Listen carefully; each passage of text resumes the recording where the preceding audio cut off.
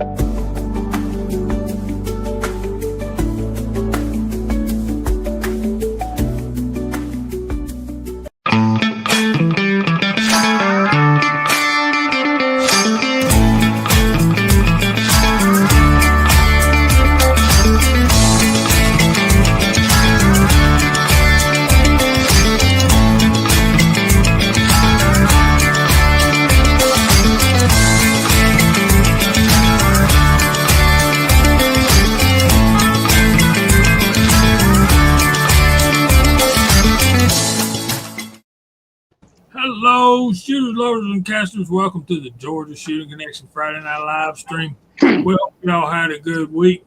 We are without CW tonight. His shooting league has their banquet this evening. So we will suffer through and attempt to carry on. But in his absence, we're here. And thank all y'all for tuning in this evening. We appreciate you more than you know.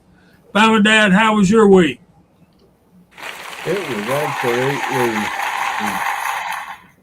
and that's the way it was. Mama, Dad's just easy.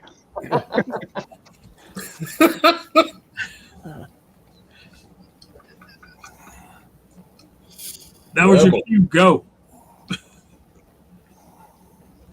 Rebels muted himself. No, I didn't. I'm here. Just being quiet. Yeah, I'm just being quiet. We're all right. Still dealing with the knee. We've been surprisingly busy at the store. Not overwhelming like hunting season, but still busy enough to keep the lights on anyway. We're back on summer hours, which we shut down an extra day, and I wish I could take advantage of that, but I told Jody we're going to have to put an escalator in and so I could get down to my reloading room in the basement. She said, how about I just go to Harbor Freight and get a winch and I'll just lower you down. I went, no, because you won't bring me back up. It puts the lotion on its skin. Exactly. Or it gets the hose again. That's an old reference, Kyle. Yeah. I'm old. We'll build a sliding board so she can send the plate down with your supper on it. That's it. We'll get an extra long cheese grater. Better not throw Precious down here. Oh, Lord. Anyway. All right, who's next? Kyle, Walter? Walter, I'll shoot you for it. No, rock, paper, scissors, shoot. Come on now. Everything's good here. I'm falling down in a Jeep Wrangler rabbit hole ever since my beloved wife has acquired this new Jeep. And you'd be amazed at the crazy stuff you can find for these things. But other than that, we're getting ready for, my wife is going on vacation to Alabama to the beach with her sister and her kids. So I'm going to be bachelorizing it here with the dogs at the house. And I'm kind of looking forward to it and dreading it. I don't know what's going on. How about you, Walter? Well, I had a pretty decent week, all things considered. I got some casting done, some loading done, some shooting done. And I got the 3D printer back running. Yeah, I had to drive that 2010 Toyota pickup with the G-Force 350 motor in here. I hooked up them battery cables and packed her up to about $7,000. She started right up after that. There you go.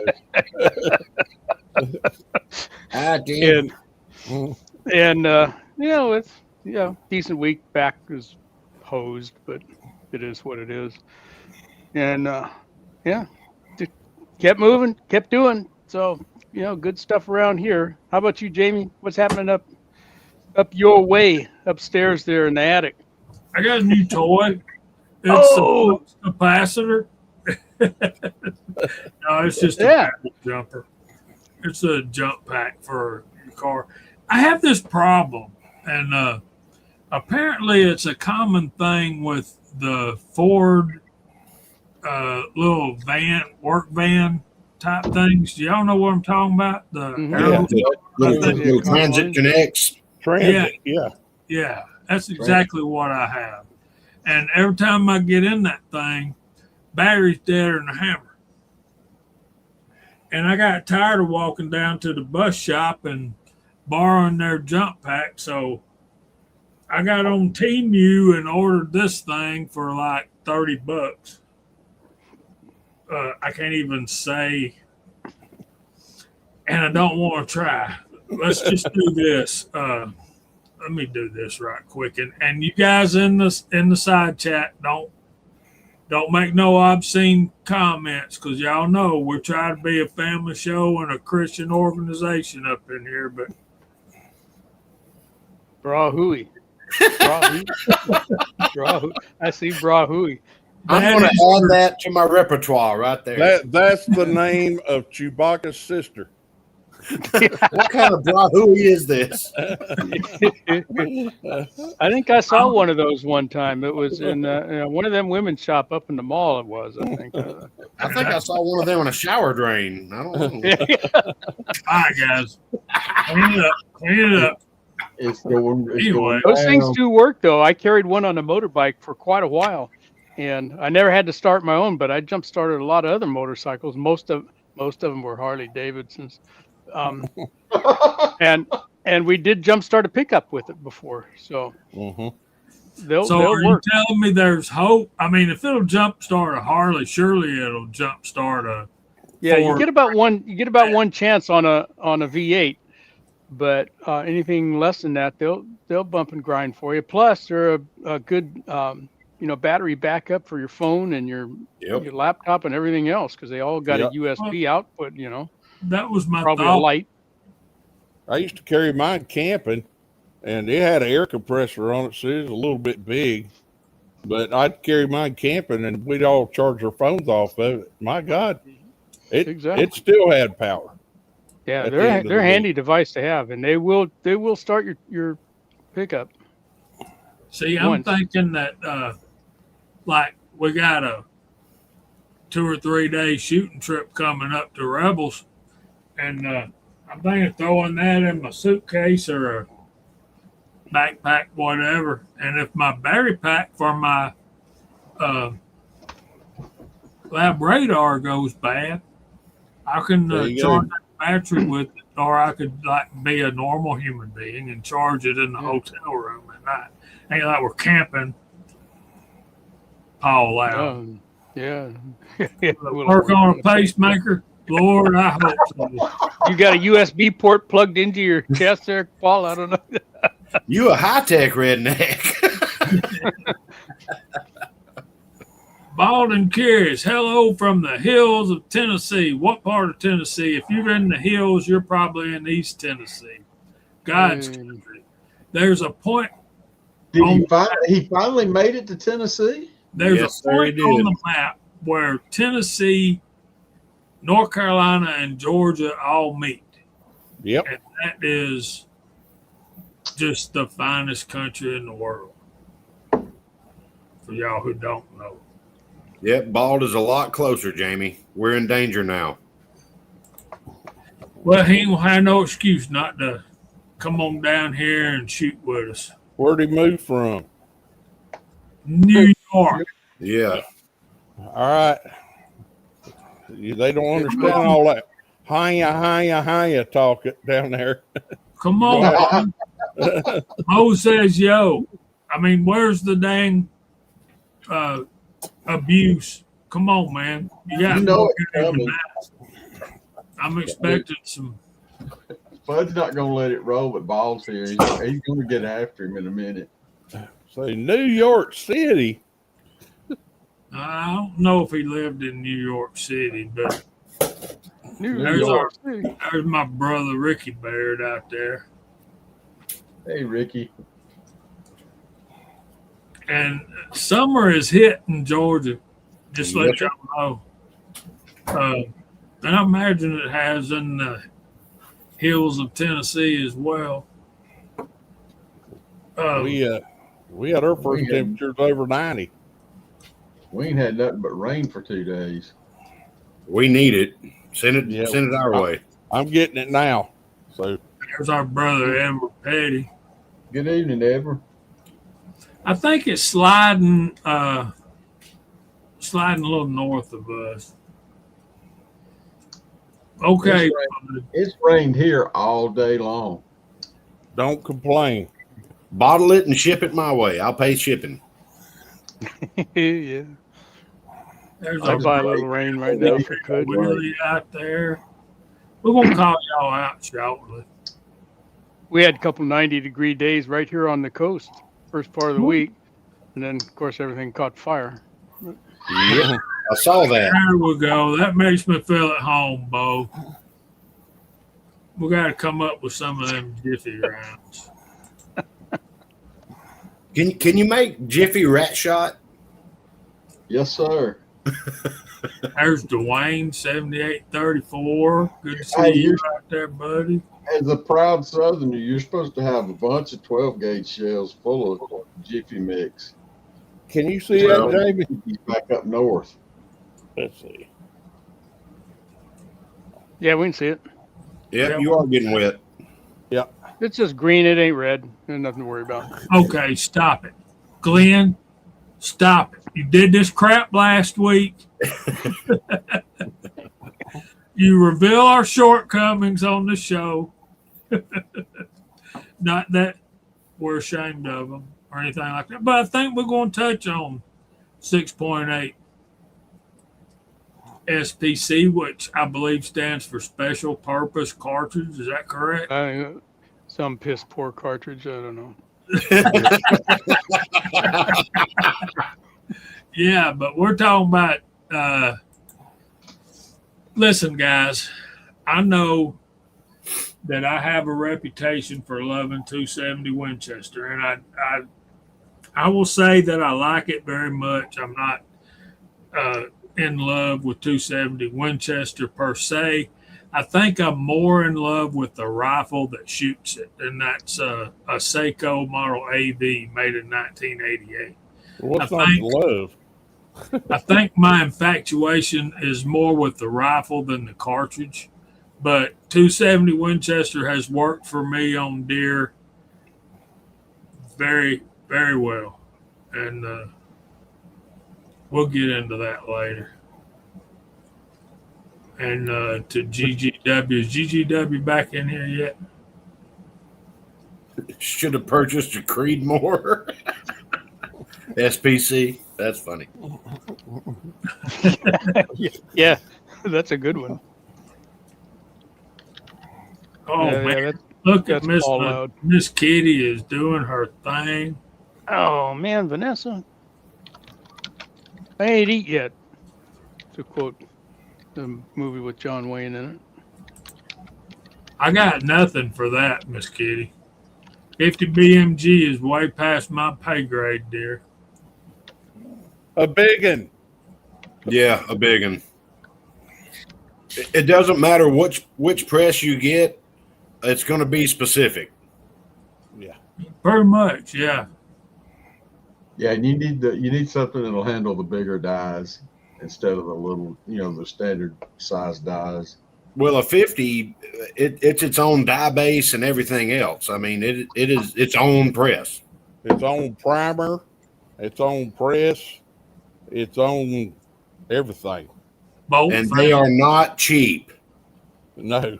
I'm talking about just the presses. They're not. You can get the cheapest press that you're looking for, and it's not cheap. Well, just last night, me and Bama Dad was talking about it. He was he's working on something, and y'all get to, most of you'll get to beta test it before it goes live. But he said, what could possibly go more than 2 digits on the left-hand side of the decimal point for a powder charge. And I said, well, let's find out about 50 BMG. And it was like, what And was then it? you said guess. And I said, I figured like 90, something No. like that. And you said, no, no. 338 Lapua is 98. I'm telling you, you're only going to, if you take a 4-pound jug of powder, you're only going to get about 16 rounds out of a 50. If that many, because it's You 200 get more than that, Kyle. grains. Buddy. I think it was 267 grains with a 650 grain bullet moving at Hey, 3,100 feet per second. if Walter's using his little brass scoop, he's going to be there a while to load one. No, you need to use a snow shovel. Use a snow shovel. I've actually been with somebody and we loaded some 50 BMGs and I was like, good Lord. Yeah. A pound of powder is not going to get you much. A pound of powder is 7,000 grains. So Right. do the math. I got one of my subscribers that just made me a set of dippers, and he worked for over 30 years for CCI, and his dipper sets are made, I think, from all 22 caliber shells. Anyway, he's been making those sets for a long time, and he got a hold of me the other day and says, I'm sending you a set of like 20 of them. And I'm going, holy cow, it's going to take all 20 to load a 50 BMG. I'll show them to you guys on a video when they get here. He's sending them off today, I think. All right, so I got the calculator out. 7,000 divided by 265, and that's a conservative estimate because It's about 20, 25, 28, something like that. 26.41509433962264. So basically, if you don't spill any, you might get 25 That's insane. out of a pound of powder. Can you imagine? When I had my 50 BMG rifle, I'm thinking it was nearly $7 a round. That sounds cheap, but yes. I bought one box, and then I sold the rifle. Tell them what else you did. We don't need to talk about that on the TV. Okay. Well, I was sitting right here, and I figured I can shoot out the bedroom door, across the back porch, out the back door, and down into the woods. And since I'm inside, nobody will hear it. Yeah. It'll break all your windows. I was about to say, how many windows you got in your place? It slung the door off of the dryer just for going through the utility room. I love Man, it. dang, I'm gonna pull a bear claw off of Jeremiah Johnson. Seen it right off. You know. And I'll be honest, I only shot it 2 other times after that, and it just. We took a 50 cal out to a range, and we set a 15-pound bowling ball at 100 yards. And let me tell you, that was extremely impressive because there was nothing larger than a marble left of that bowling ball. Oh, wow. Yeah, when Hey, everything. I got a YouTube video of it. I got a YouTube video of it. We put it on my buddy's channel. Let me see if I can find it, and I'll see if I can post it in the side chat over here. Well, I got lucky. Right after that, when California decided, they outlawed it, and it made Mr. Barrett so mad. He said that none will be sold in California. And then California put an order in some for the police department. And he said, nope. So what happened instantly? It made a big market for BMGs in California, and I sold mine on Gun Trader, Gun Broker, and I made $1,200 or $1,300 off of it. All right, Jamie, tell me if this works here. Is that a usable link? Yeah, Looks like it is on now the phone. because we're live on the air. So I'm doing it on my phone, Kyle, and I can see it. About to say it's blue, so it looks like a usable link. That's my buddy Steve shooting a bowling ball with his 50.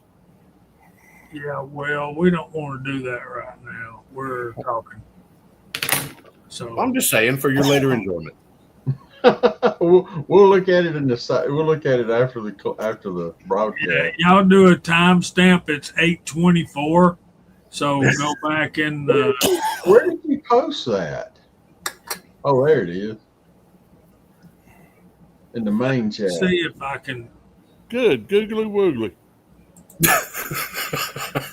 It was impressive. Yeah, it's awesome gun, but If you can shoot the projectile within about 3 feet of somebody's head, it will suck the brains out of their skull when the bullet passes through.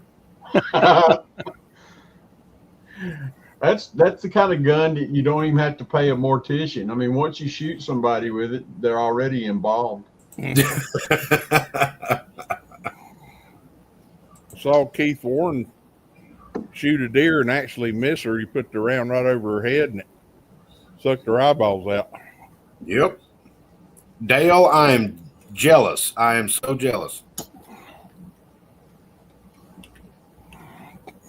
Come on, pull the trigger, pull the trigger.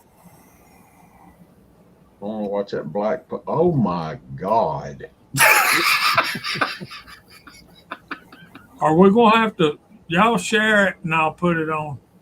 All right, hold on. I'll do it. It's short, Jamie, and it's worth it. It's a Ranger buddy of mine, and it was fun. I can't even sign in to Georgia Shooting Connection. I know, right? So somebody will share screen. It's shared. You tell me when you're ready for me to start it. Go.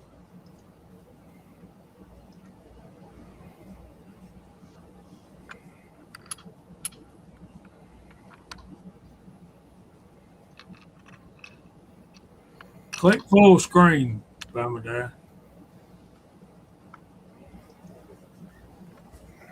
There we go.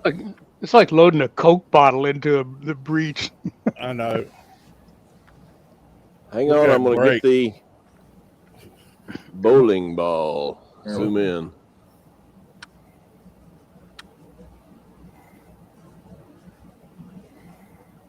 Are you ready? Red eye.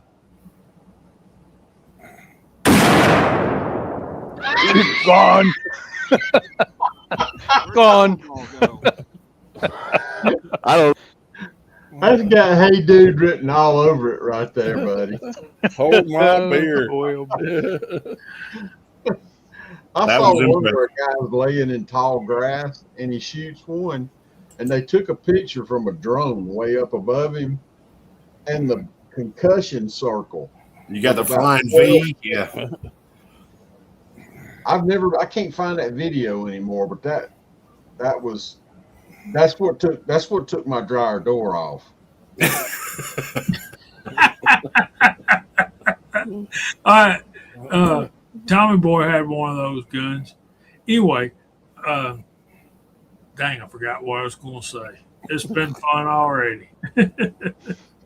It's coming up on time for us to call out the side chat. Oh, I remember what I was going to say. And I know I've told y'all this before, so if you heard this, bear with me. Watch the hunting video. We're going to kill a doe with a 50 BMG. Doe walks out. Bang. He shoots 50 BMG. They walk out. Deer falls dead. They walk out there, and he missed the deer, and the percussion just killed the deer. Yeah, that's Keith Warren. Literally sucked his eyeballs out. Over that video. Mm-hmm. There's a lot of guys fussing about that video. Yeah. Why? They said it before. I don't know. I mean, I've shot one. I've been around the pressure of it. I know what it is, but I don't know that a bullet down range would suck the eyeballs out of a deer. It will. Well, like I said, deer fell dead, and he didn't even have a wound.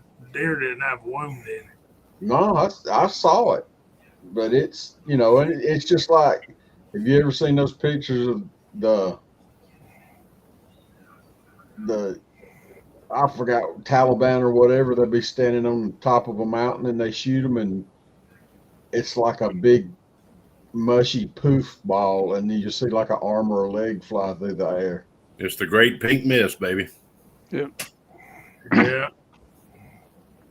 I'm like, What I was getting at earlier when I started talking about my feelings for 270 Winchester is that cartridge is taking on a whole new meaning to me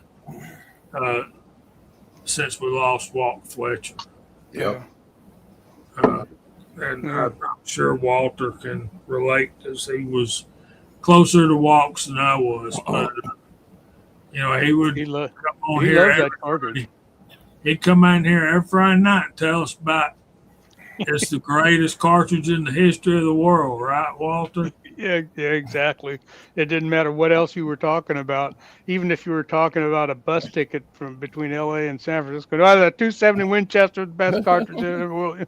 Or better yet, if you're talking about a bus ticket from Utah to Chicago. Yeah. No, easy. No, Chicago to Washington. Yes. Yeah. Whatever. Sweet home Chicago.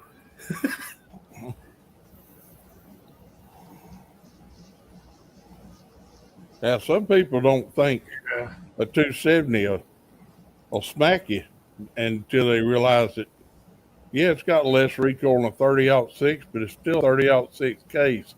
There's a lot of powder behind that thing. There is a lot of powder behind it. You got a lightweight rifle.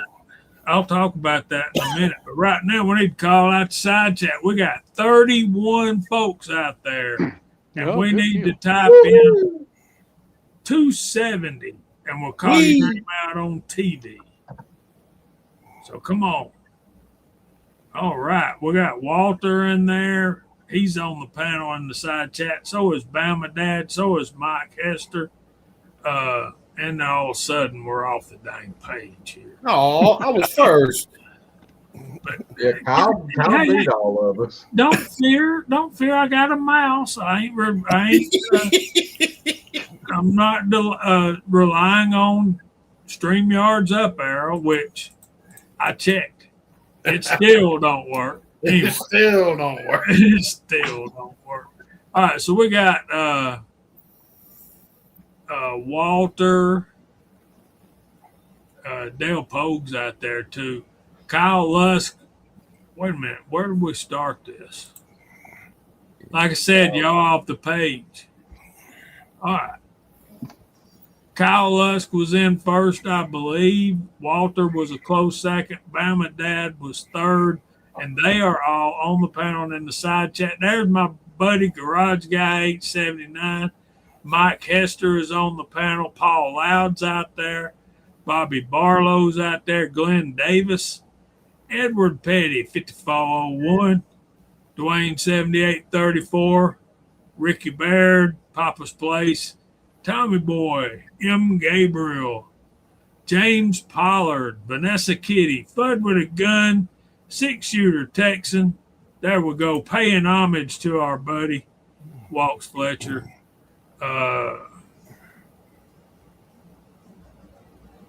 And Casey Dolph, 406. I know we've got more people watching than I called out, but that's fine. Some people don't want their name called out on TV and don't want to be associated with what we doing around here, and I don't blame them. Oh, there's Dale Pogue. 270. Spell it out. Confuse me, man. Yeah, simple minds are easily amused and confused. So, all right, and there's Alaska 1 Andy. So, yeah, keep them coming on in here, guys. We'll catch up. Yeah, and if you haven't, please hit the thumbs up button. It helps promote the channel. Yeah. Come on in, children. Come on in. Come on in. Water fine.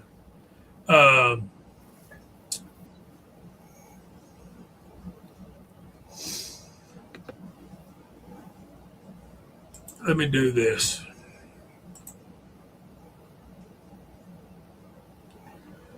As Walt Fletcher would say, 270 Winchester, the finest cartridge in the history of the world.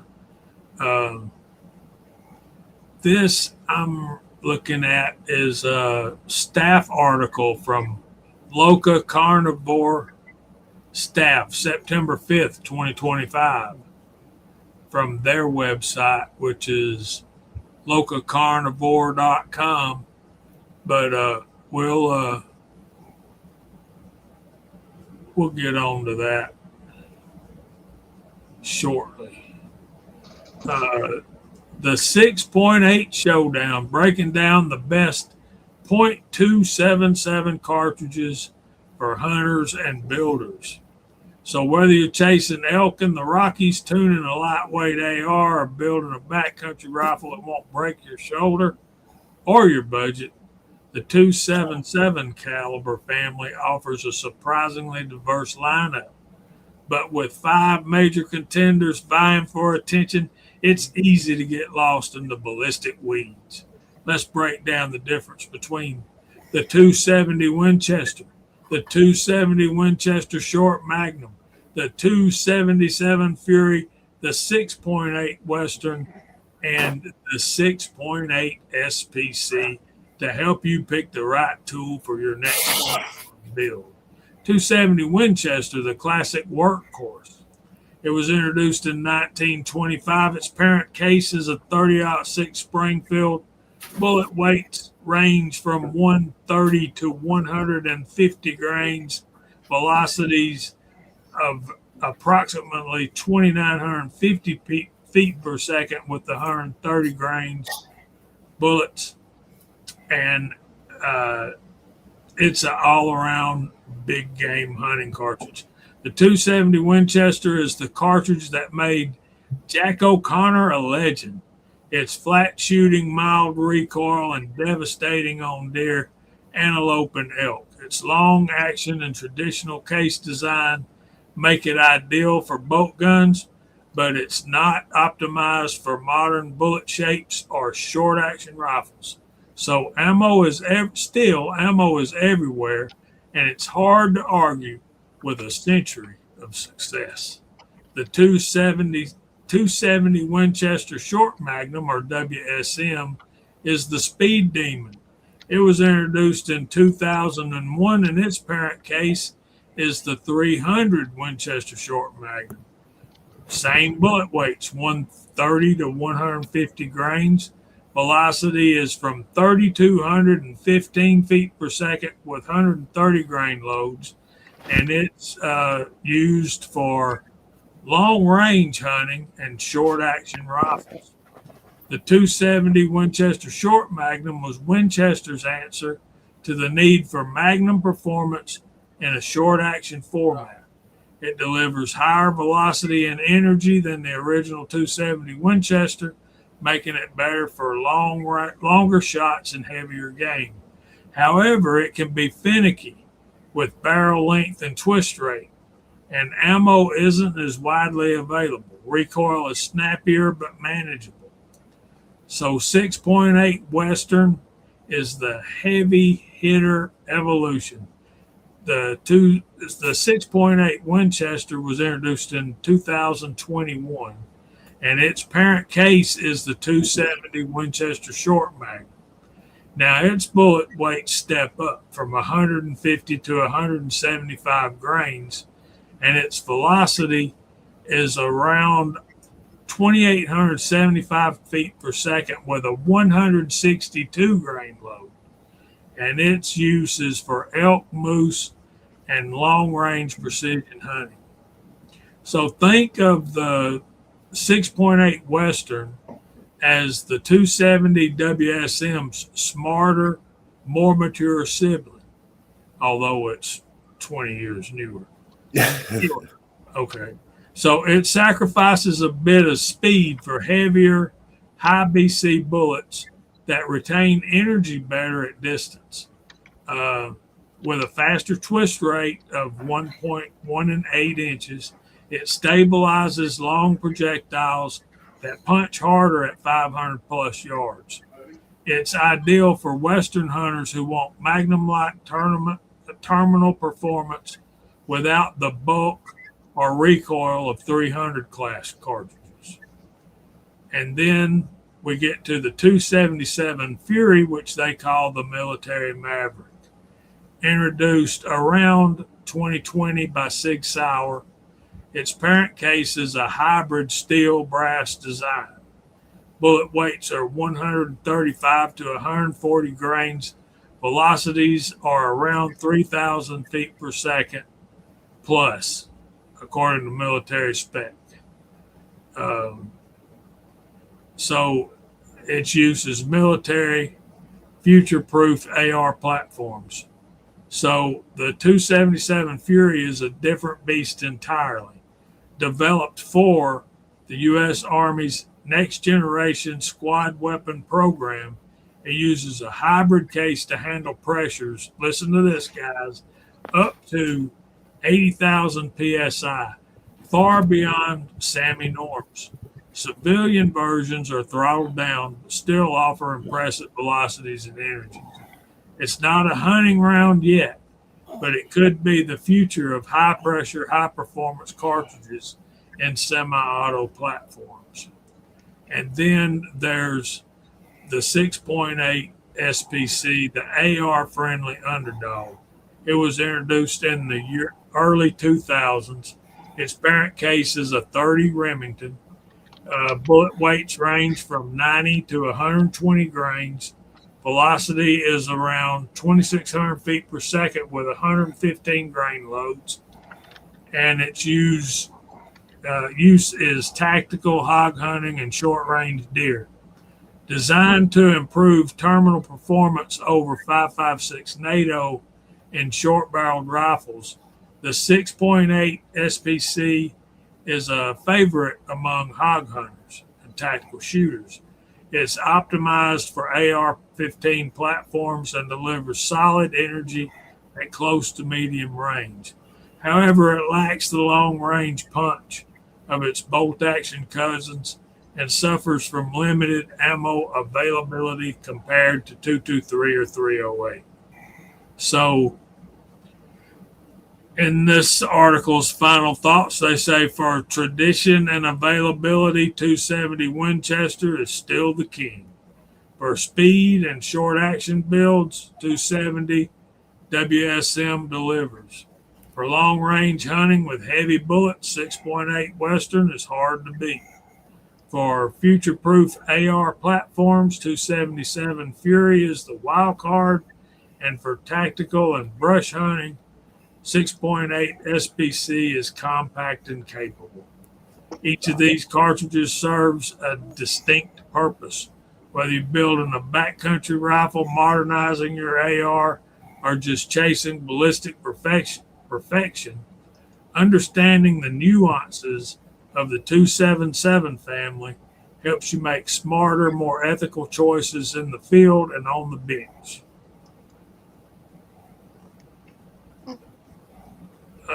Let's get to this right here. This other article is by James Wilmus, and we ain't going to read it per se. We'll hit the highlights, and I'll show you some pictures. Y'all want to see some pictures? Yeah. Yes. You're probably tired of hearing me read and talk, ain't you? Nah. Bring it on. All right, here we go. This is a 6.8 Western.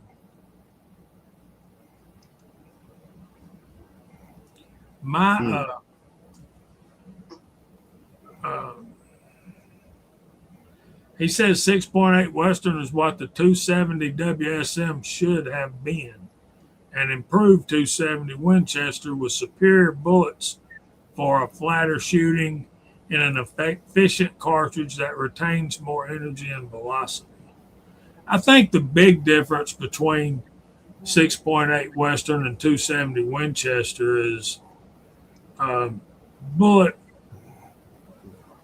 use limited by spin twist rate. Here we have a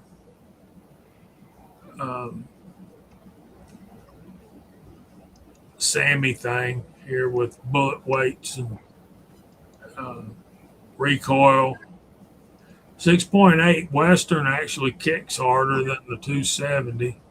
Pressure is the same. Case length is definitely a lot different. But who would have thought this case right here would have more powder capacity than that case right there?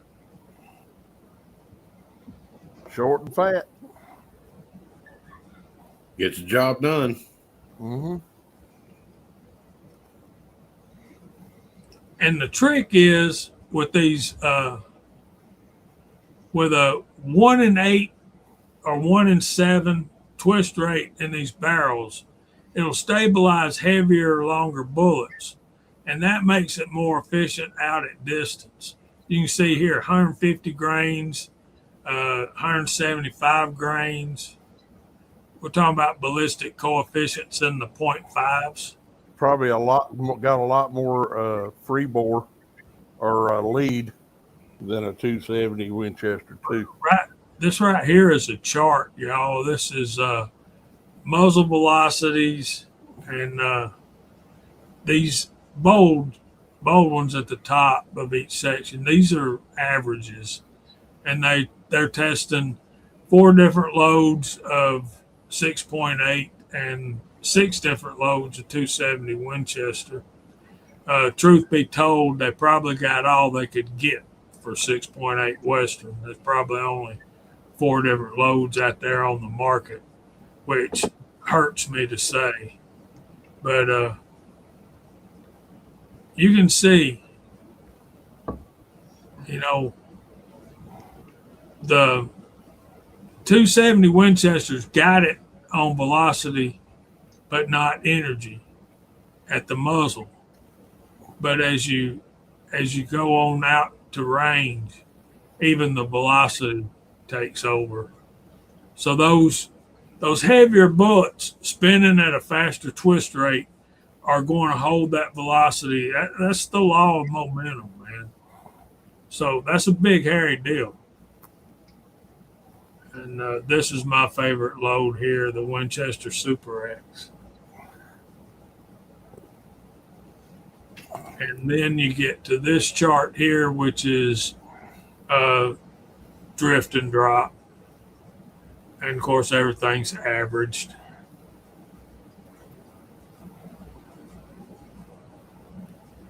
Anything sticks out to y'all?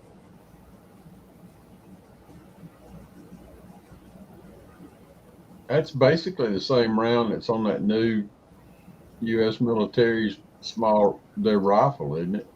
No, that's the 277 Fury. 6.8. Yeah, its claim to fame, dude. Its claim to fame is Pressure. super high pressures in a bimetal case. So Out of an AR platform. Yeah, I So put a picture of that bullet up there. if you like having your face that close to that much pressure, That thing looks like a 6.5 Creedmoor on steroids. Look at that thing. Actually, Jamie, if you look, you remember what that 6BR case of mine looks like. And they're designing a lot of these cases kind of like that 6BR with that that shoulder, how fat it is. So basically what we would tell you, if you're considering a ground up build, and depending on what you want, let me stop this. Depending on what you're wanting to do,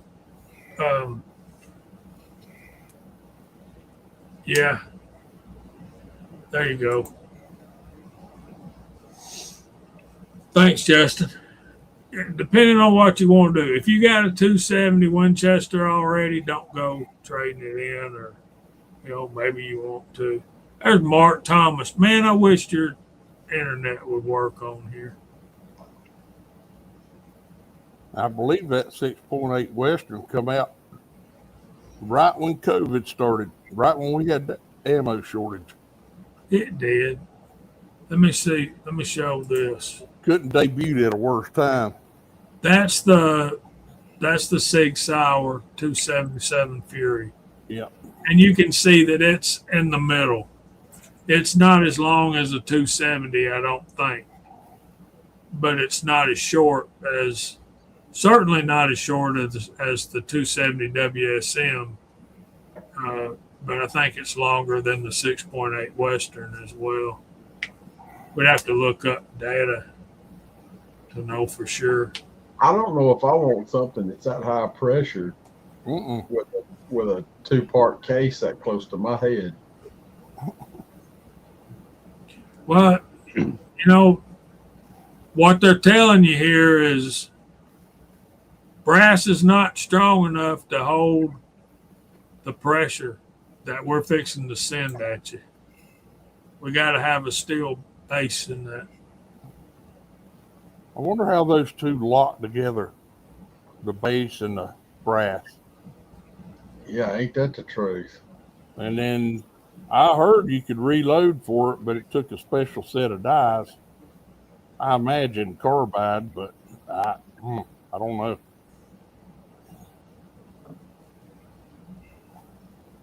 Oh, loud. Super glue. I told you to watch out for him. Yeah. Yeah, Glenn, it does seem like that would burn some barrels, doesn't it? Well, supposedly the military wanted to go to it because it was so much more powerful than the 223. So, Well, apparently it's more powerful than 308 too, because they already had the 308. Well, Kyle can attest to this. So someone in the military wanted to go to it because a company, it's a boondoggle, man. You know how much money it's costing us? Yeah, some general's getting paid. Yeah, it happens. Mm-hmm. Tommy Boy said they make a regular brass case, but it's loaded to a lower PSI. Yeah, it better be. Yeah, it better be. That's a pipe bomb. You can go buy the solid brass. I've seen it even at Bass Pro Shops. But, jeez. But if you go to solid brass, wouldn't that decrease your powder volume? Because they have to beef up the case walls. No, they want you to download it. They download it, Kyle. Yeah, they're going to download that to 50, 55. 60 tops. Yeah, that's what I'm saying. You're going to have a lower powder charge because the brass can't take it. Right. Or you're going to have lower. That's why they're wanting to produce. That's why they're wanting to sell the brass to the public. They don't want the public to have that round. All right, that's cool. Well, good. Thank you, Tommy Boy. They're using special steel on the barrel to make it last longer.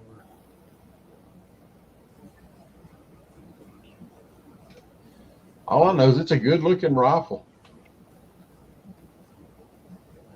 Well, I don't know that. Let's see if we can find one. If you notice, old Sean Ryan's podcast, he's big into SIG, ex-Navy SEAL and everything, and he shot several. It's got a thump to it. He's giving a bunch of these away. Mm-hmm. Yeah. If it's an ex-military guy that comes on there, he doesn't give them a pistol anymore. He gives them one of those. A rifle. Yep. With a silencer on it. Yep. I'll be on your show. Yeah, right. One of those. Sign me up, Jeeves. Oh, dang. Man, I want one now. Do what? It's so bad. Let me get What'd you see? this out of here. He been shopping. He got Jamie, quiet. And he got Jamie, if the zombie apocalypse happens in a month, how much Fury ammunition are you gonna be able to pick up? You know, Probably 2 rounds. Sig Yeah, Cross. Yeah, I that's don't think it's gonna be that's no a neat that's a neat rifle right there, buddy. I mean, yeah, it looks cool, but I mean, you made a very Oh, valid. dang. It folds up. Yeah, it folds up. Forget it, Kyle. I made a valid point, but Jamie's enamored. Look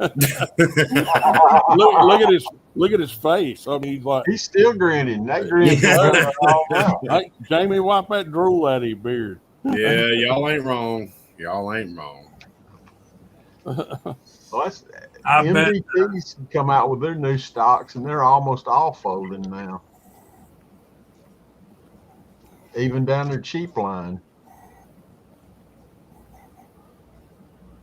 Well, there ain't nothing cheap about MDT. No. Ain't nothing cheap about nothing now. You got that right. No, Sig, I don't want to sign up for your emails. You ain't got nothing I can afford. Oh, come on. Where's your sense of adventure? All you got to do is hit the delete button one more time. All right, I think this is the. All right, it's called the 277 Sig Fury, or the 6.8 by 51 millimeter hybrid. Now, correct me if I'm wrong. What does 308s? It's 10.62 by 51. right. So it's the case is the same length. Yeah, that's how they sold it. They didn't have to change the bolt face. They didn't have to change Magazines. And that's how they sold it. All you got to do is put a special barrel on it. And you got to teach somebody to load for this dang thing. Yeah, you got to remember, it wasn't too long ago that the military was talking about going with plastic case ammunition. You talking about something I really don't want to stick my head next to. I saw that junk at Bass Pro Shops. I was kind of like, nah, I don't think so. We found a 308 or a 7.62 by 51 round on our range. Trent come in all befuddled. He said, "All right, Yoda, what is this?" Like that. And I said, "Oh, that's the military round, 7.62 by 51." He went, "It's plastic." I said, "They experimented with it for a while." That's right. It's made by Tupperware. Yeah, Mattel. They won the government contract.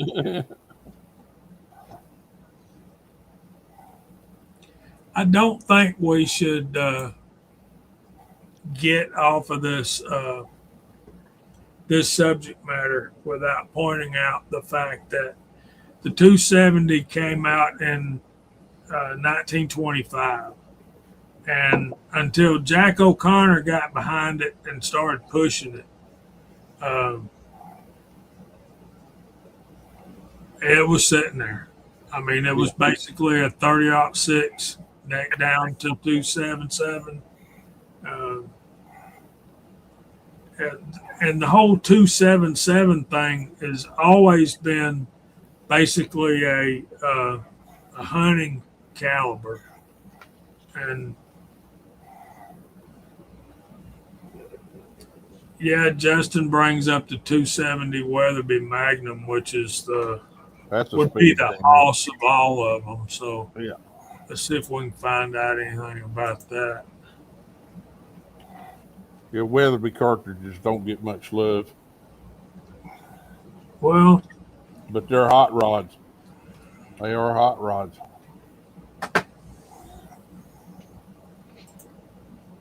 I can speak a little something about Weatherby firearms. They're beautiful. As in a later segment. I've got a what Kyle do today. Of course, it was last Thursday, but I still did it. Video line. I still did it. Actually, I didn't do it. My buddy did it, but I loaded the cartridge. So,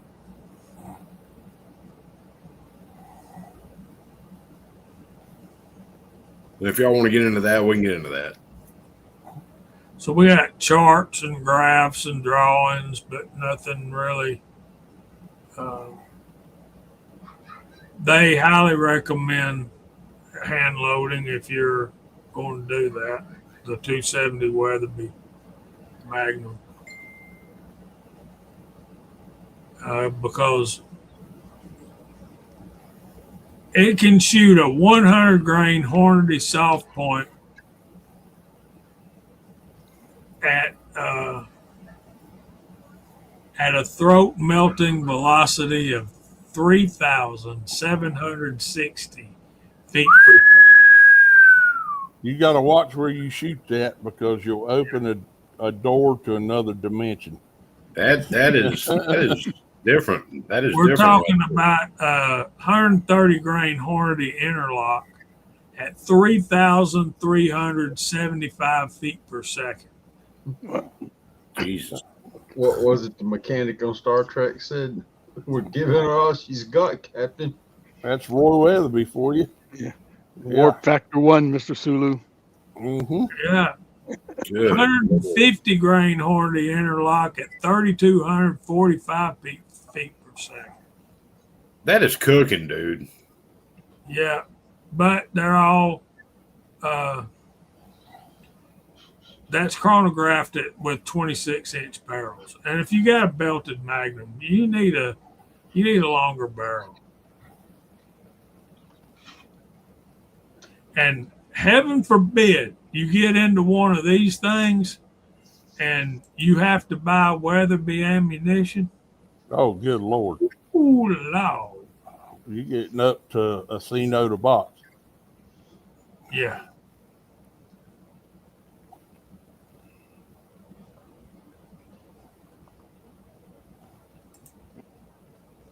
Here's an article on complete reloading of it.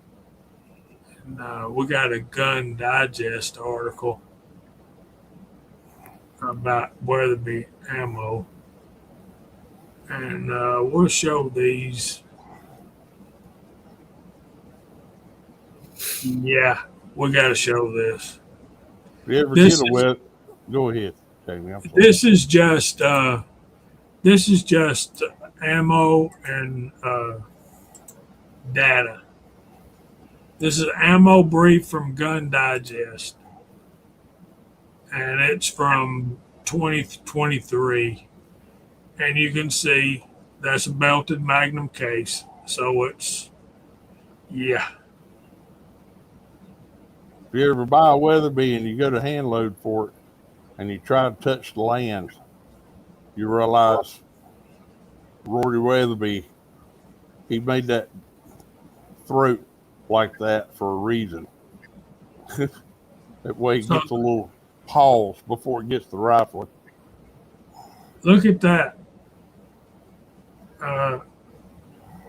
As a matter of fact, the 270 was the first line developed by Roy Weatherby on the neck down 300 H&H case.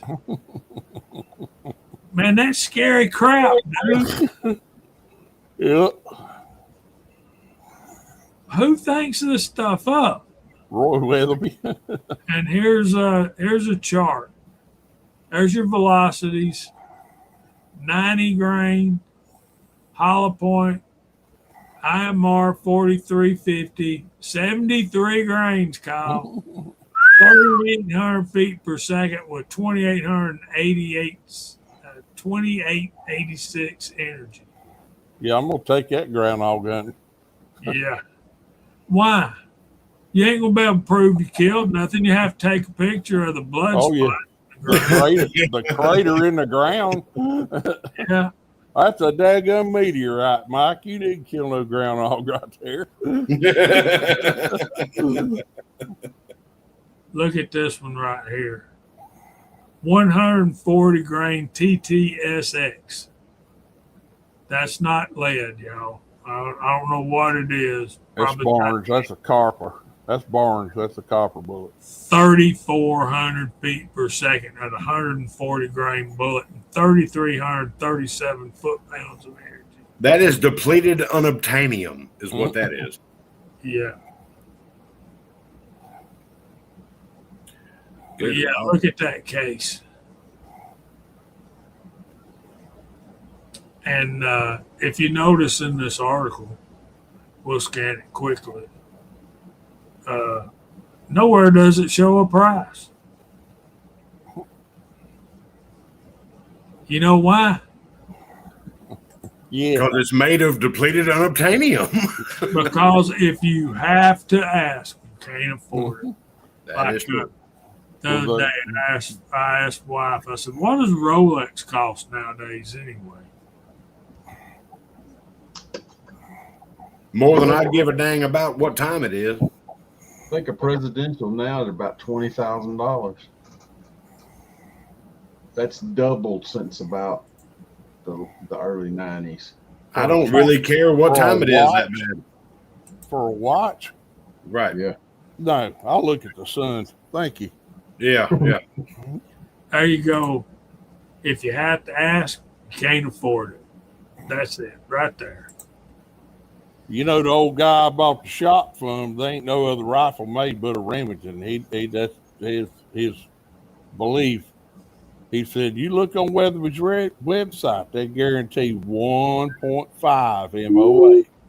I was like, Larry, who cares if it's 1.5 MOA if it's shooting that fast?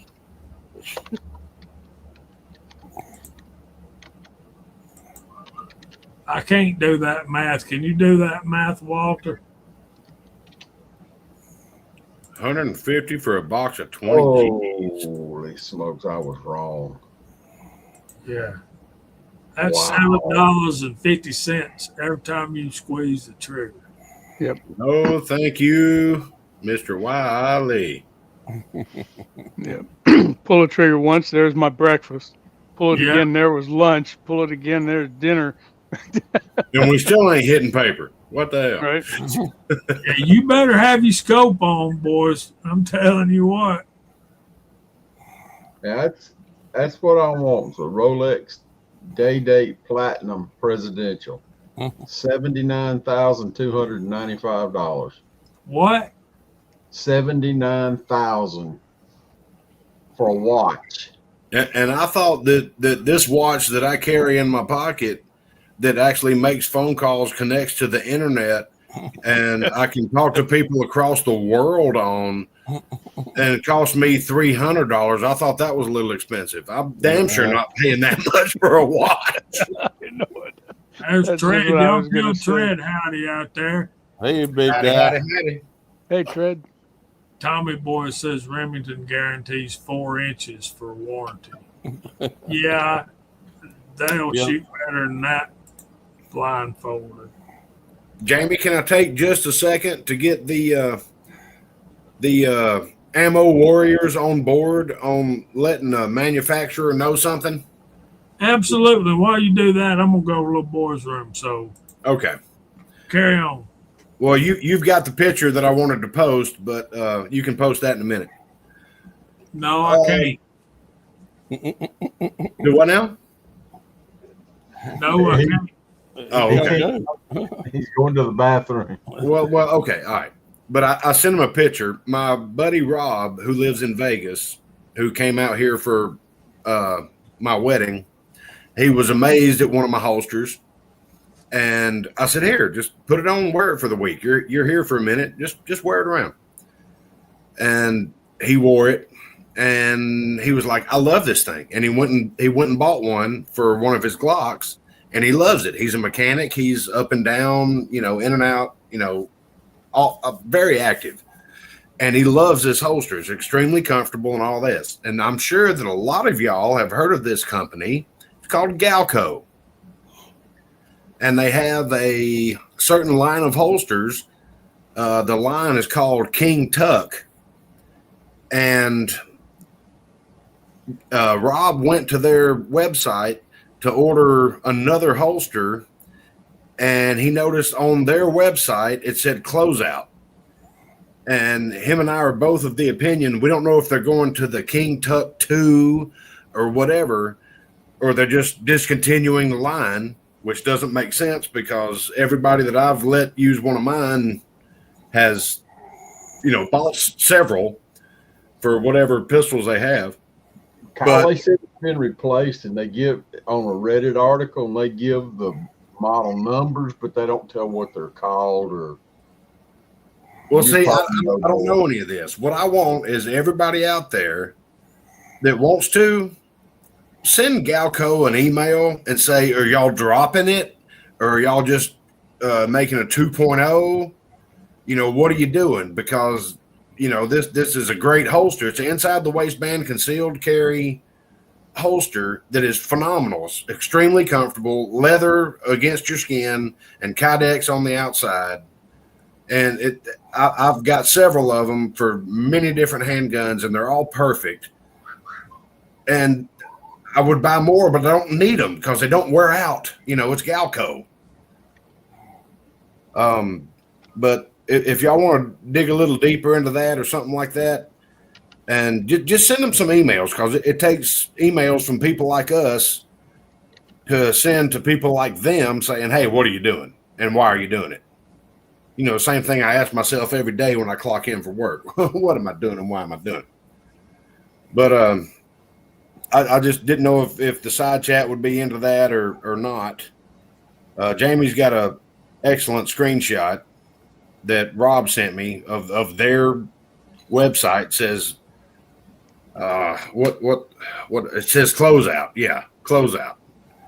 And he just called to let me know. He's like, if you want to order your wife King Tuck for Ruger 380 Max, you may want to do it, because I tried to order a couple of different ones and they were out of stock, and I managed to get this one. I don't know. Yeah, the sad news. The funny thing is, this has been going on for a year. And well, I hadn't tried to order any because I don't need any. I've got them for everything that I want to inside the waistband carry. And whatever they've got in stock is a year ago was at 50% off. So, but everybody's recommending the crossbreed. They say it's almost an identical clone of the Galco. I just don't know what's up with Galco, why they're dropping this. I mean, it was such an awesome holster. Everybody that I've let use any of mine have ordered several for them. So I don't understand. Well, it's such a great product. You want to discontinue it? I mean, is that what's going on? Isn't it a hybrid, part Kydex, part leather? Yeah. Yeah. There's been that kind of holster's been getting a bad rep the past year. And well, it's my people that don't know holsters is what it is. I carry a crossbreed, and I liked it okay.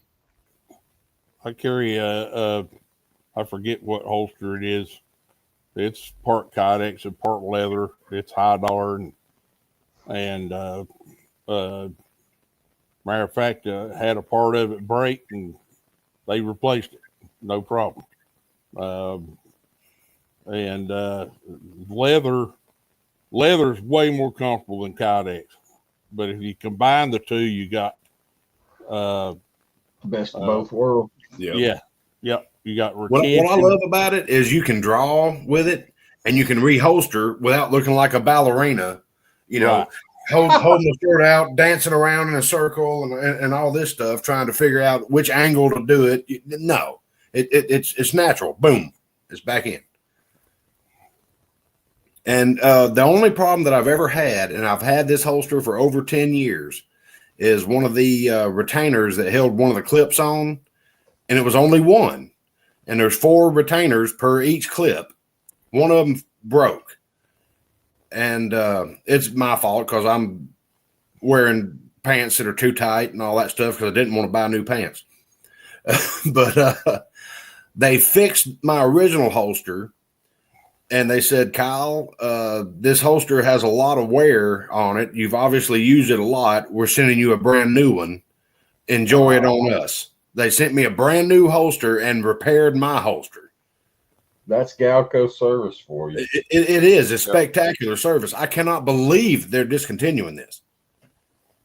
James Yeager It may not be. It might be King Tut 2.0. They might have enhanced something. Who knows? But I think some emails need to be sent. I've already sent one.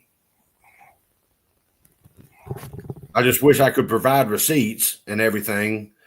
You know, here's screenshots of how many of your products that I have, and I think it's sad that you're doing this, but you know, if that's the way you want to go, then that's fine.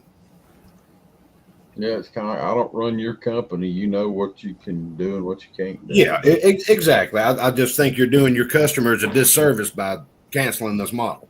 Yeah, because people that like that, a hybrid holster like that, they're going to go find another one, and it's going to be Rare Breed or one of the others that's making the duplicates, because there's like 4 or 5 of them out there right now that are making that same holster. Yeah, but this holster, I've had the one for my 1911 for I know 15 years, and it fits every 1911, whether it be full frame, Commander, lightweight Commander, or the stubby 3.5-inch barrel one. It fits all of them. It doesn't care. And it's got retention on everything. The same holster fits all of them. Although I have 3 different holsters, I don't need 3 different holsters for that pistol, that style pistol. They all fit. I've just been wearing one of them out.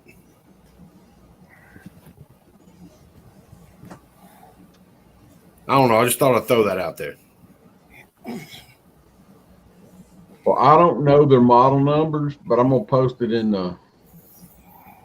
I'll post it and let you see what Galco says they're replacing it with. Kyle, Here's the thing, guys. Here's the thing. Y'all ready? There is no barbecue guns. Only barbecue holsters. Well, yes, there you go. That's cool. You ain't gonna gain no weight eating barbecue out of that. Kyle, this is the one I have, and it's not as comfortable as the King Tut. It's a black point, and it's still. We can't see you. You ain't got no lights on in the house. Yeah, I know, right? Yeah. Well, the power bill's high. Damn it. It's a black point. That's leather here, and then Codex here on the inside. But their warranty's great.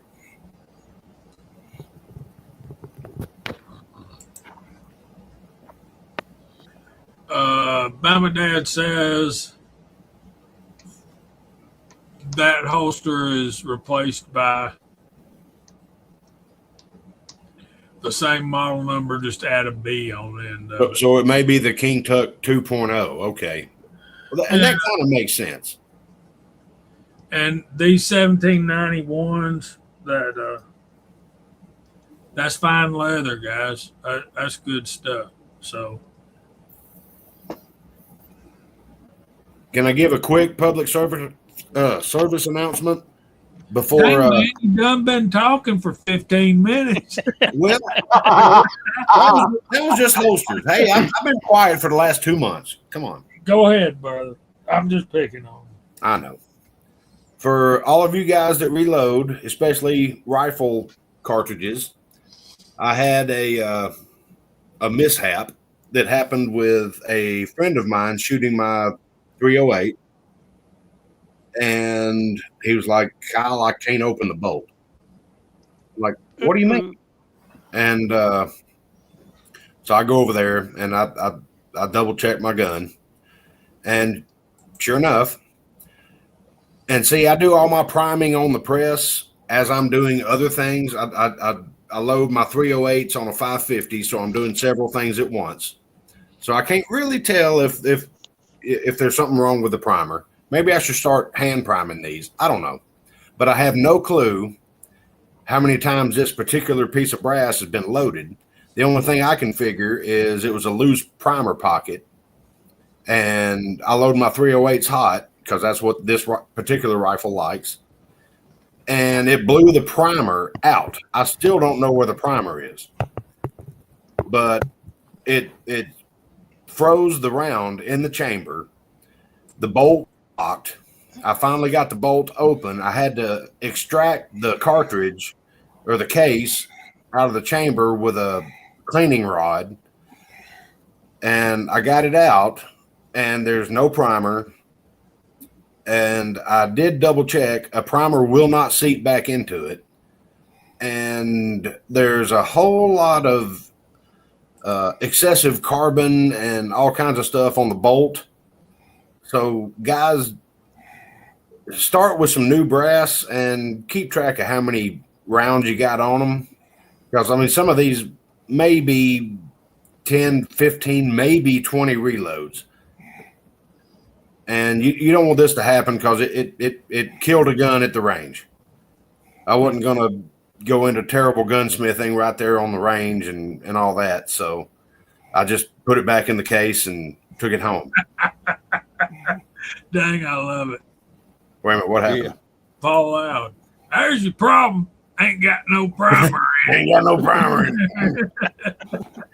Well, yeah, that was the problem. And the problem is I still hadn't found the primer. I don't And know. it treads on your backside too, buddy. Get a 30-06 instead of a 308. Well, I've got two of them. I'll bring those next time. Okay. All right, who put this picture up here of this holster? That's a pretty good looking outfit, right? I did. That's what Galco is replacing it with. Okay. Well, that's essentially the same thing. Now it's got air holes. I think that, that's been one of the biggest complaints with hybrid holster is that everybody sweats because of it. Oh, darn. I made Yeah. the best laugh. Come Right. on. I hate to say it. I like what Jaeger always said. James Jaeger always said, it ain't about your comfort. It's about your safety. That's right. It's about what? He said, it Your ain't about safety. your comfort. It's about safety. Oh, yeah. Tommy Boy's telling us Winchester primers, my favorite brand, by the way.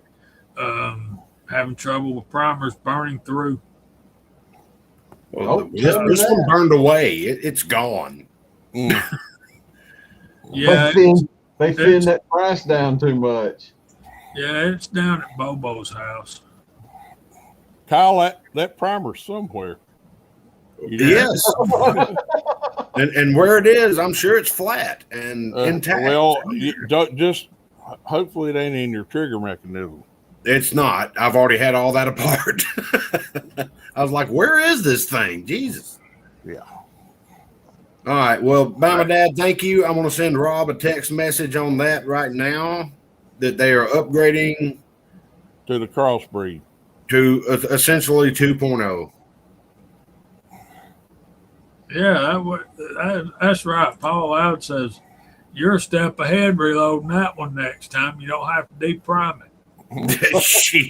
No bad. No. That was going in the wall of shame. I bet you have to use some super glue to keep that primer in. I get to use sealer. I get to use the red sealer. I like the No. red Loctite sealer. Yeah. No, no, that ain't gonna work. Oh, Scotch tape. No. We're Scotch tape. for those of you who are newcomers, we joke a lot. Okay. Hey, Bama, can you send me that picture so I can forward that to Rob, please? I want to share with y'all since we're talking about this, and Walter probably have some input on this as well. Let me do this.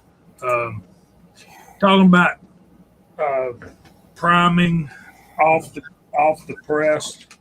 This is what I use, and depriming. I can do that by hand too with this thing. I know it makes us look like Frankfurt Arsenal shields, but these are cheap enough. I bought them. I can afford them, And it works. and I like to use them because I don't have to be on the press. Yeah, I bounced a RCBS hand primer off the wall. I got so frustrated with it. And Jamie knows I got concrete walls, so I bounce that thing off the wall. Drives me Yeah, nuts. I've used them and they work. They can be a little That's nice frustrating. there. Yeah. Hey, Walter, did you know that? Let me show you quickly, and we're about to get to the verse of the week. This thing right here, this Frankfurt Arsenal hand primer, it's very heavy, very ergonomic. And you take that and put it in there like that. Did you know that the Lee trays, that fold in half, They fit in there? Huh. They fit in there perfect. Yeah, that's handy. I Because know then you Morty- could have 2 or 3 trays all loaded up for cheap, Well, not just that, you could actually get some use out of those Lee pieces of crap. Well, yeah. Yeah, I know a boy that Yeah. set a primer off, hand priming, and I think it was with a Lee, an older Lee, and it lit the whole tray up. He had to go to the hospital, but that's a rare thing right there. I've set a few off on. There's a reason that Lee includes that blast shield on the Loadmaster. I've set a few off on a Loadmaster, and that's not fun, especially when you have to explain to everybody else in the house what just happened. And I'm okay. And why the back of your pants are brown, I'm okay. I'm okay. Yeah. yeah. Hillary I've never had Clinton an is issue not with. in the basement. Yeah. Repeat: Hillary Clinton is not in the basement. Kyle, I sent it to your email. Oh, good Lord! Why couldn't you just text me the picture? What? I can. I just had to jump through hoops. Hold on, I'll send it to you. Well, hang on. Let me jump through some hoops and see if I can capture it from my email. No, hold on. I'll send it to your text message. You sent it to my Gmail, right? I don't know. There it is. Hang on. I'll get it. I'll get it. Dag nabbit. Come on back in here, man. All right. This is a thing. Bama Dad, when you share a picture and I go to kick it out, when I'm done showing it, it takes you out too, man. Golly. That's the second time that's done that to me. I'm sorry, guys. I'm sorry, Bama Dad. You've been excommunicated. I know. Well, I finally found the picture and I forwarded it to Rob. It about the same steps. I just had to go to a different place to get it. What's that song? I'm in the jailhouse now. Now, that's it. I'm in the jailhouse now. Yeah. I still prime on press for a lot of my revolver cartridges when I'm using that Lee turret press. Yeah. On press prime works fine. But if you don't like to handle primers, a lot of folks are worried about handling primers for some reason, and there's no reason to worry about handling them. There's a cap over the nasty stuff. You're not going to get contaminated or infected or selected or any of that other good stuff. Injected, infected, detected, and selected. There you, yeah, that was him. Alice's Restaurant, man. And you get a feel for priming on the press too. Yeah. But when you're a good bench prime's a good way to go. And everything else, and charging a bullet and everything all in one thing, you kind of don't feel it, Yeah. Yeah. On the progressives, you're right. You don't feel it Quickly. So we got on press priming, bench priming, hand priming. Go through the room quickly. I do the hand priming. Bench. Kyle. Press. I do on the press. Press. I'm sorry, not bench. Walter. I do all of the above, including a ram prime on the press. Depends on what I'm loading. Mark. I use the crap. You use crap? The one I I've showed never you, tried that. That would be the Lee primer, yeah. Yeah, you gotta have a tight one to do it. That's all I'm gonna say. I use the Lyman bench primer. Yeah, well, the Dillon works good as long as you make a full stroke. I was on here one night talking and making 9mm, all happy, and I got lazy and didn't make a full downstroke, and I had about 5 didn't have primers in them. You know? Yeah, it happens. Yeah. When I'm using my 550, I almost always prime on press. The only time I don't is if I've got to change the top die configuration on the tool head where my powder hopper is not going to be in station 2 and it's going to be in station 1, then I come in with primed brass. But most of the time that works fine for me. It reminds me. Okay, so Ram Prime. I'm sorry. Ram too. Prime, is that that's like using your press as a Yeah, it goes up into to where a die would normally go. There's a piece that screws into that. Shell holder goes into that piece, and you've got a stud that goes on top of your ram where the shell holder normally would, and that stud comes up and it's got a primer cup on top of it.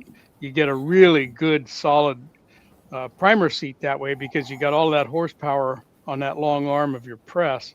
My little Harold's press does that. That's the way it's designed. Okay, it's time for our verse of the week, but I have not tried the Ram Prime thing. I'm gonna order me one of those. That's a Lee thing. And before we get into the verse of the week, I'll say this: how many of y'all have the Lee Reloaders manual? And how many of you have read the front part of the book? And I read all of it, man. There's good stuff in there. Richard Lee preaching in there about how it's not safe to put primers in those tubes like everybody else in the world uses. But he expects us to use that. Yeah, that POS that he makes. Now you got to remember the old one was better. The old Lee primer was better than the new one. Well, they've got that Lee safety prime thing that hooks up to a couple of their presses, and I could never make myself like that one. Yeah, that one. That one's that awful. One. I do not like it. I know guys that do and make it work, but I end up with more primers on the floor and jammed up in other places where they don't belong, and in my shoes and everywhere else. Not the Relaxo shoes. And apparently the white one is small and the black one is large. This is part of the Lee safety prime. So, yeah, there's that. And so you can take this off and use it in the Frankfurt Arsenal thing. So that would make this thing actually worth a little bit of something. Yeah, but that Lee safety prime, you still got to push it in, push your thumb up, and then look at it and make sure the primer's in the cup, and then seat it. You can just as fast take one off your bench and stick it in the cup on the lever. That's the way I do my revolver rounds on the turret press. Yeah, on the turret press. I just pick one up, put it in there, and boom, done. Yeah. And since we're talking about priming, if you have a surgical reloading bench that's perfectly clean, ignore this. If you're a messy Marvin like me and you got little powder flakes everywhere, all right, inevitably they get up into your shell holder. So if you start having problems, why in the hell does this primer not want to go in this hole? The first thing you need to do is take the shell out of it and look and make sure you don't have a grain or two of powder in that little slit. Yeah. Yeah. I ran with that the other night. So. Yeah, all kinds of stuff will get in there, and you'll see the primer and look at the bottom of your case, and there's a dent in the primer, a little one. You know, little smiley face, yeah. And then you look at that primer cup on the priming arm, you go, oh, there's a piece of brass in there, or a piece of metal, or a piece of, stick of varget or something down in there. I like little smiley faces, Walter. I like them. All right, guys, we got to get to the verse of the week. All right. We'll get back to priming shortly. Preaches. I'm ready. I think that Walter John 15, 12 and 13. Matthew, Mark, Luke, John. Okay. Matthew, Mark, Luke, and Duck. This is a special weekend, guys. Yes, sir, it is. We're going to put this up, and I will say briefly and quickly, this weekend is not the weekend to tell a veteran, thank you for your service. Negative. Don't go there. All you'll do is piss us off. Go there and thank them for their service. The picture. Yeah. Go Thank put a those boys. flag. Go put a flag. Go put a coin on a marker. That's what you need to do. All right.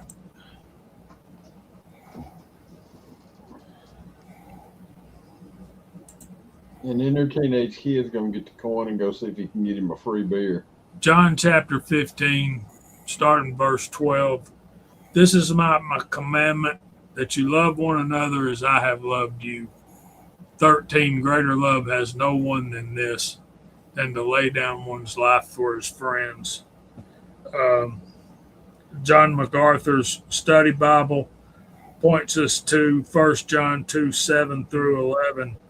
But on verse 13 there, he says, this is a reference to the supreme evidence and expression of Jesus's love in verse 12, his sacrificial death upon the cross. Christians are called to exemplify the same kind of sacrificial giving toward one another, even if such sacrifice involves the laying down of one's own life in imitation of Christ's example.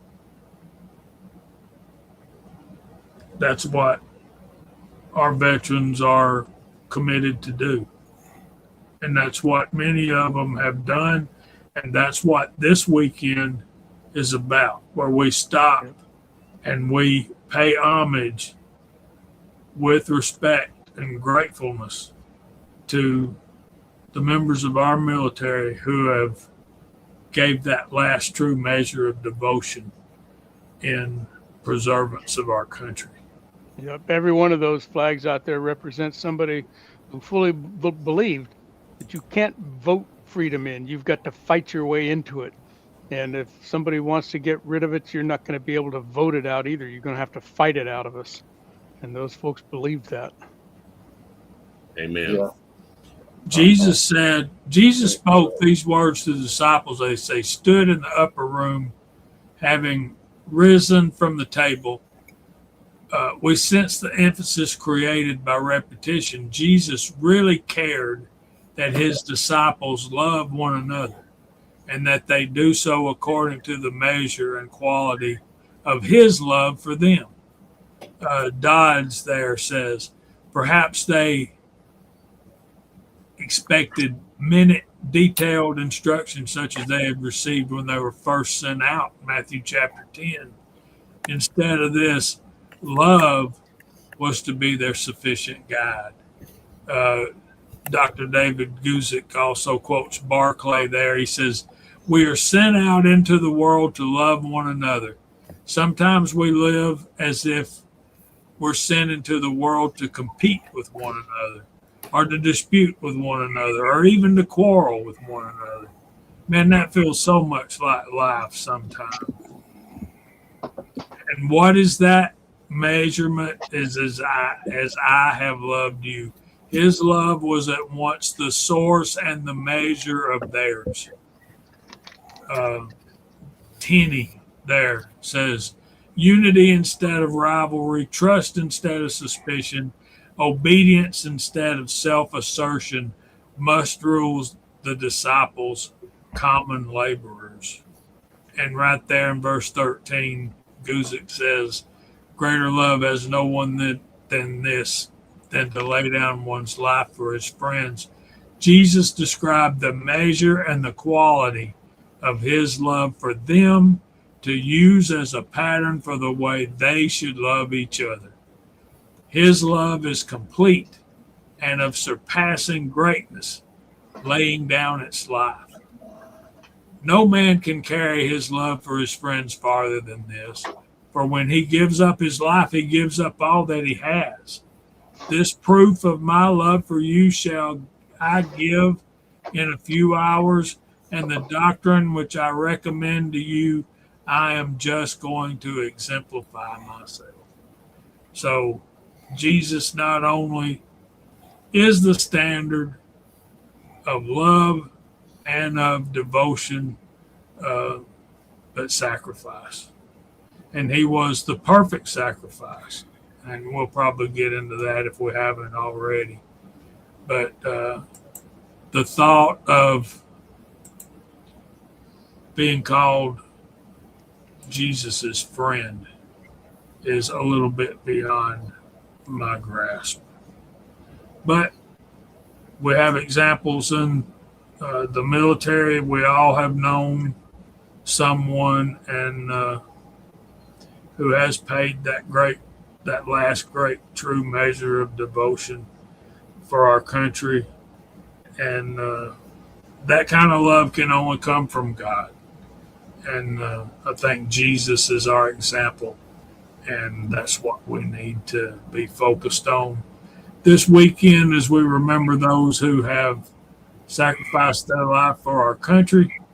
We need to also remember that points us toward Jesus' sacrifice for our sins and able to save us from life and eternity separated from God. Questions or comments? No, but time and time again throughout the Bible, we've been taught what love means. We've been taught how to do it and when we should do it and who we should love. And it's if you question any of that, or you can pick up almost any chapter in the New Testament and find out what love is and how to love God and Jesus. It's not hard. I'll give you a good example. And it's hard for a human, and this might offend somebody if don't take my meaning, but we should be to Jesus as this little guy is to me. I'm everything to him. And although sometimes he doesn't listen, sometimes he misbehaves, sometimes he barks when he shouldn't. And I correlate a lot of the way we act to Jesus's doctrines to dogs. I mean, they love you unconditionally. Yep. And we should love people unconditionally. It's just hard for humans to do it. All right, I got one more thing to share with you, and then we'll get on. From my daily devotion at Turning Point with Dr. David Jeremiah, Scott Smiley is an American soldier who was blinded while fighting in Mosul, Iraq. That's a tough place. In his book, Hope Unseen, he describes how he and his wife, Tiffany, learned to trust God with tragedy. Tiffany said, the words that I read in the Bible prior to all of this becoming real, it was like, oh, this is the peace that surpasses all understanding. This is the hope that carries you through. So it all came to life for me. There's still times where we're like, yeah, we wish Scotty could see, but God has taught us through his word, what God has taught us through his word. And going through this trial and this valley with the Lord, I wouldn't trade that for anything. And he says, when we go through trouble, we struggle, but out of the struggle comes strength, and out of the strength comes a shout of praise. Express your faith when you are experiencing a time of trouble. The action of expressing your faith aloud is often the first step toward courage and victory. Scott Smiley says, a lot of people look at the events of my life as a huge tragedy, and I don't necessarily. I think God has given me the ability to understand Him more and to understand His purpose through my blindness. I will say this about that. My brother-in-law, my oldest sister's husband, Jeffrey, is legally blind. He was a woodcutter, and he lost his sight gradually and to disease. But man, I'm telling you, as the Lord was allowing his sight to leave him, he replaced it with knowledge, wisdom from the Bible and from the Word. Because as he was losing his sight, he knew he wouldn't be able to read the Bible anymore. He was getting people to read it to him, and he was memorizing it. And man, he's a biblical dictionary. He's one of the strongest Christian men I know. I wished I could live my life more like him. And I know he's not watching tonight, but I would say I love you, Jeffrey. You're an inspiration to all of you. And I'm sure God is as well. But with that, Walter, count us down. We'll have a sighting, brother. Yes, sir, we do. Here we go. On 3, 2, 1. Hey! You West Coast weirdo. Battle being. Even the frogs are saying amen and hey. Yeah, I reckon. Yeah, Tim, that's tough, buddy. Yeah, that's good. There's been a lot of people in my life that mistreated me, and I praise God that I don't react the same now as I did. Well, and a little bit further on in John 15, we're told to say, hey, if you think the world hates you, remember that it hated me first. Right? Yeah, but at the start of the chapter, he's talking about I'm the vine and you are the branch. Yeah. We're before any of that, we're instructed to trust God, stay connected to Jesus, because Jesus is the vine, we're the branches, God the Father is the vine dresser. And the ones that produce fruit, he's going to prune so we can produce more fruit. And the ones who don't, I'll let Walter tell y'all what happens to the one who don't produce fruit. I ain't saying. One got hurt. You ain't saying. I ain't either. There's some special places, but you could end up in the compost pile. Let's put it that way. Or the fire. Well, This is the primer that my dad uses. Oh yeah. Mm-hmm. Fancy smancy, man. Yeah, but it was cheap. The linemen make some good stuff. It was cheap. It's not cheap anymore. When they saw, Hornady came out with theirs. The original Megabutt priming tool was that Primal Rights. Then Hornady came out with theirs, and it went from $300 up to $600. So if it's $600, this one you can still get around $150. Yeah, and that's about what the RCBS bench prime is running these days too. Is about $1.50. That thing's gone way up. That one I got it from Natchez on sale, and I think I paid. It was like around $90 for it. Mm-hmm. And I mean, but you couldn't get them for the longest. They just weren't. There were 6 months you couldn't find it. They finally popped up in my email that they had them in stock, and I grabbed one of them. Mark, And, is that the piece of equipment you asked me to look up at my distributors? yeah, the one we couldn't find anywhere. Yeah, and I said, nope, it's nowhere. It's just trickling back out. Natchez gets them like 2 or 3 at a time.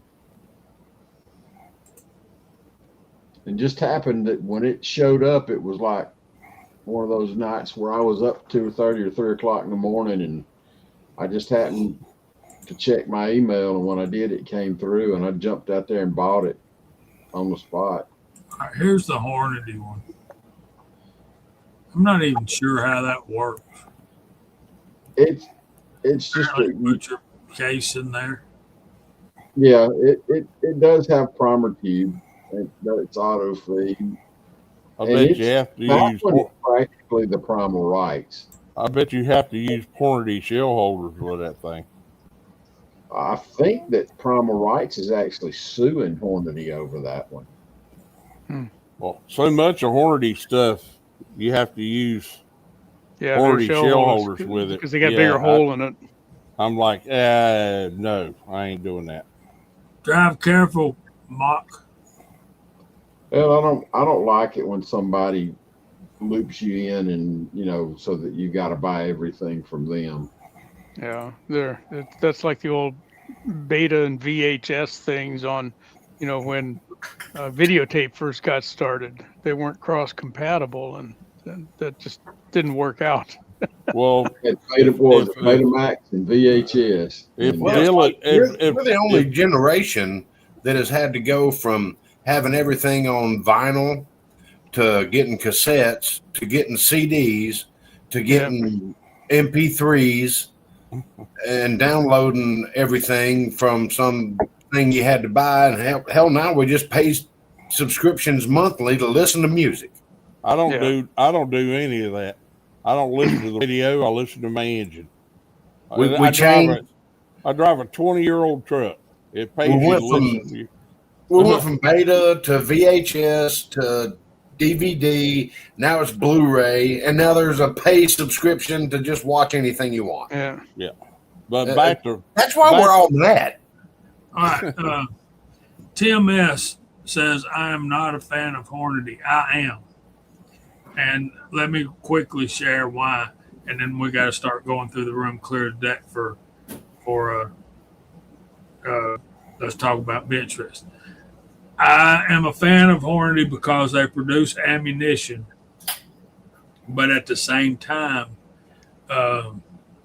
they pay attention to the hand loading crowd. They're putting their bullets out there. They make the presses. They make the tools. And Paul Loud Hornady copied the Henderson Precision. Actually, they didn't just steal it. Henderson had some input. RCBS did the same thing. Mm-hmm. And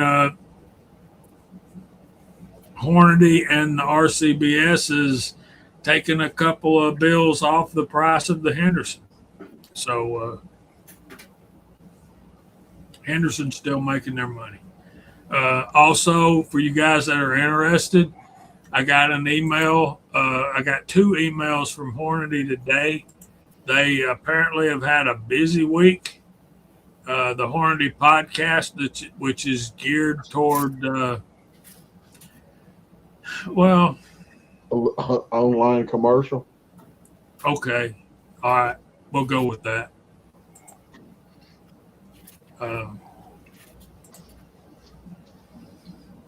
One of them is about, is your powder too sensitive? I think that's trying to help reloaders.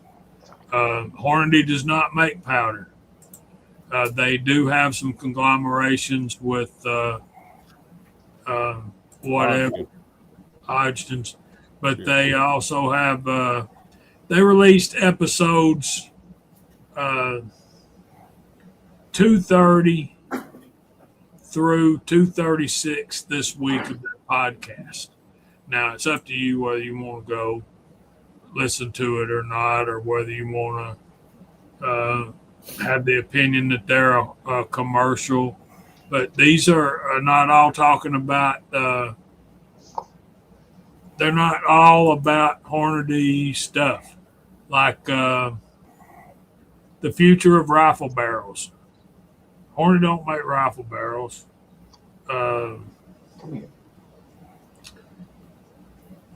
Wolf hunting realities. Yeah, they're going to be talking about their dang bullets, I'm sure.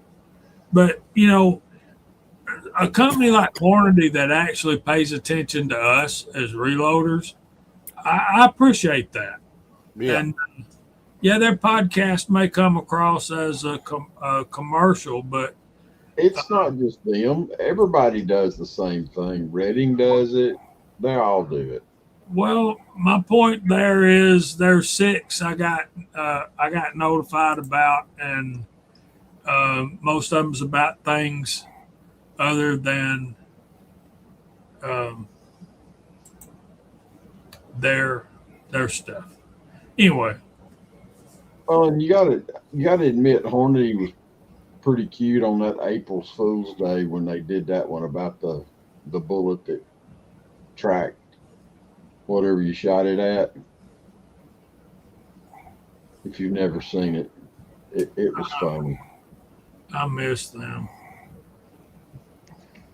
I missed that one. All right, let's go through the room. Walter, you're so good at starting us off. You want to go first, buddy?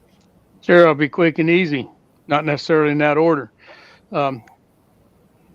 Standard fare on Viejo 2A channel. We got a Good Moldy Monday coming up tomorrow, and second half of episode 49 of Wadcutter Wednesday on Wednesday. We got a Free the Few Friday for you, and a Saturday Shots all coming up on YouTube and Rumble channel. So other than that, same old here. Bama Dad, what's happening over your way, buddy?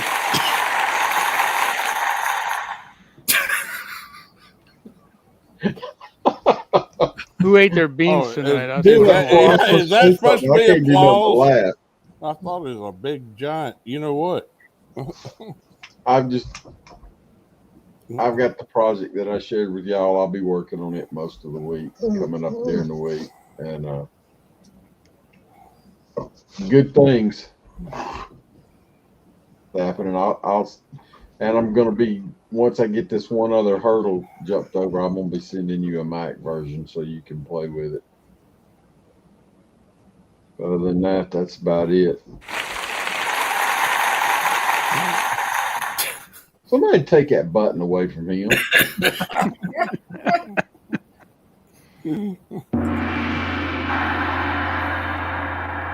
Kyle, what you got coming up, buddy? I don't know how to follow that. Everything's quick and easy. And Jamie, I'm going to chat with you in the after chat just for a second. See if you're in or out. Let's see. The wife's going on vacation to the beach, so I'm bachelorizing it for the next week. Me and the dogs. We're probably going to eat really good, and I'm going to send my wife pictures of everything that I'm cooking. There you go. So she knows what she's missing. You know? I do that. Oh, Yes, wait sir. a minute. She's at the beach with a credit card. Well, it's her credit card. She doesn't have mine. Okay. But anyway, that's what's going on here at the Lusk household. So we'll just keep on rocking with that. What about you, Rebel? Well, I don't need none of that shit. You can put a giant farting sound on there for all I care. Wait a minute. He's probably got one. Yeah, he's probably Say, looking give for him a one. minute. Yeah. Brr. Anyway, it's yeah, there you go. Oh no, not bongos. Not bongos. My wife is a nurse, as some of y'all know, and this is Nurses Week, and she's working a double right now. So she'll be home about midnight from eating a ham sandwich and probably hungry as crap. But and no, Kyle, I wouldn't show her pictures of what I had for supper tonight because I went and picked up some Mexican and I wasn't cooking. Anyway, I did Well, that it was once. nice of you picking up some Mexicans and taking them to dinner. Yeah, that's what I do. I'm a good guy like that, and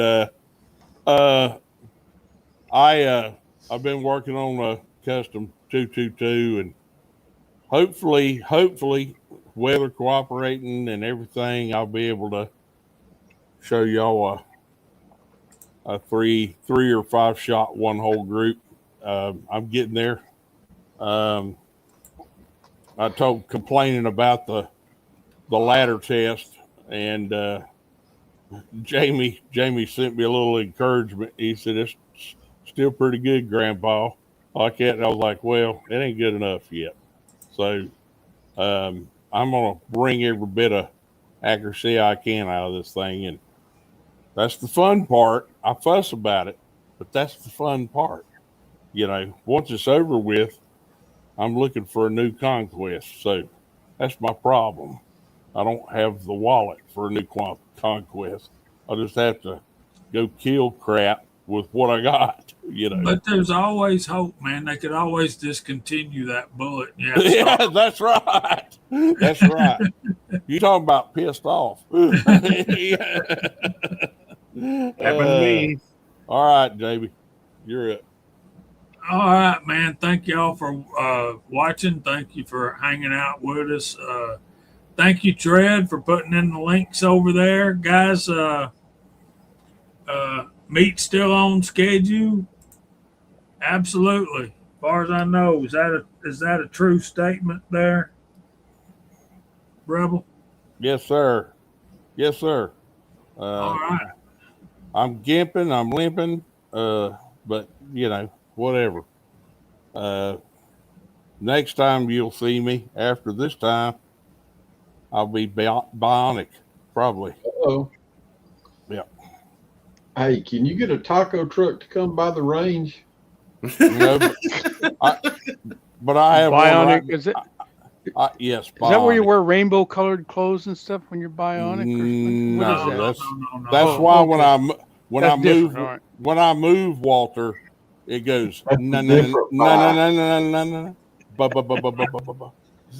I got one of them too. No, actually, we had, I think we had 35, 36, somewhere around that. Thanks, Chad Kelly. Chad always gets in here late. He works way too much for his own Yes, health. sir. Mama, Dad, I got a taco truck right down from the store. We appreciate all you guys, and remember what this weekend is for. Take some time to remember those who sacrificed their all and gave that last full measure of devotion for the preservation of our country. Amen. With that, we hope the Lord blesses y'all all real good. We love you. There ain't nothing you can do about it. And if He's willing, we'll see you next Friday night at 8 o'clock. Say good night, y'all.